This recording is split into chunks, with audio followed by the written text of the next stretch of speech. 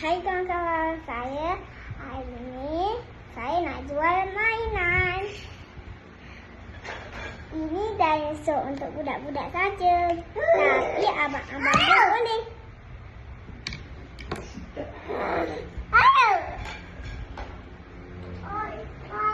Yang ni mainan masak-masak. Ini sudah dia. Ini makan dia.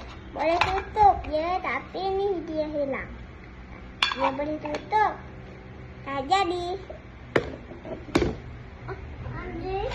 Ini lori. Lori untuk angkat yang jatuh kereta. Dia boleh angkat sahaja.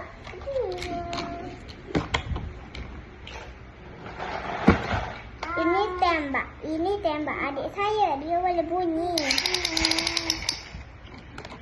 Lagi. Ini lori sampah ni dia dah patah. Tak tahu dekat mana hilang. Yang ni pula lori dia boleh letak kereta dekat atasnya dan dalamnya. Ini dalamnya. Ni dia boleh masuk dalam tangan juga. Tapi kalau besar tak boleh. Kalau orang besar tak boleh lah. Okey.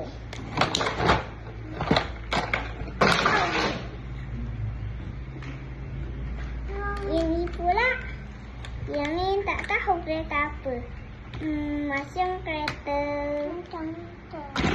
kembara. Tapi gambarnya macam kereta apa tak tahu. Ini pula kereta dia boleh letak pasir dekat dalam rumahnya.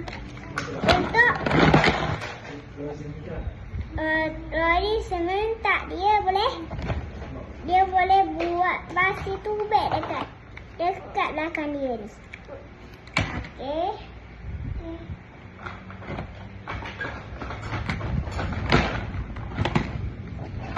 Ini pula lori dicabut dekat atas dia.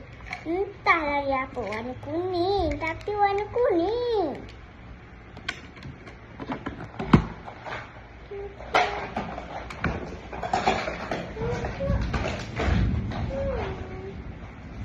Ini pula baby shark.